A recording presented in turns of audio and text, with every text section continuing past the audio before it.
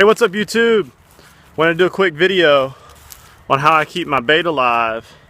I really don't do anything special. I just use a bait bucket, and most of the time I just throw it in the wheel well on my Hovey Outback, and like in the Mirage Drive well where you got a little bit of water. I've got a couple videos out there on it, how it's just a little bit of water, but it's enough to keep them alive for a little while. So I'll show you my bait bucket. It's just one of those cheap ones. Alright, here it is.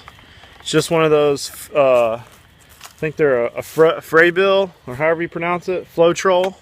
Alright, me and Rob use these things all the time because they're cheap.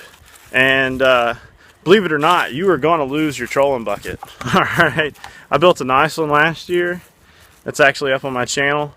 And I was tarpon fishing one day, and that sucker sunk. Alright, filled up with water. There wasn't enough flotation in it. So if you use that diagram, put some more flotation in it, like a pool noodle on the end of it. But I lost that one. I've lost a couple of these little buckets, and these are only like $6. And if you're not trolling real fast, they're fine to pull around with. And just attach it to my kayak with some 550 cord, paracord, and it flows off the back of the boat. Keeps hardtails, crazy tails, mullet, shrimp, whatever you need alive way better than I think those air tanks or those bubblers. I had a bubbler in the back of my kayak, and it made the sucker too heavy. And when you're coming in and out of the surf, you don't want some heavy water bucket behind you when you're coming back in, and that sucker hits you in the back of the head. So don't be afraid to rock one of these cheap little troll buckets. They float well, and they'll hold plenty of bait. I mean, I've probably had 2 or 3 dozen hardtails in the back of this thing, and keeps them just fine. Sardines, whatever.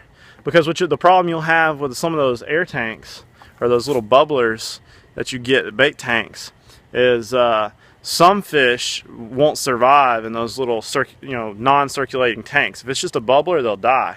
I think like hardtails will die, but you got to have a circulating tank, or most of them will die. But with this, it's fine. They'll stay alive pretty much all day.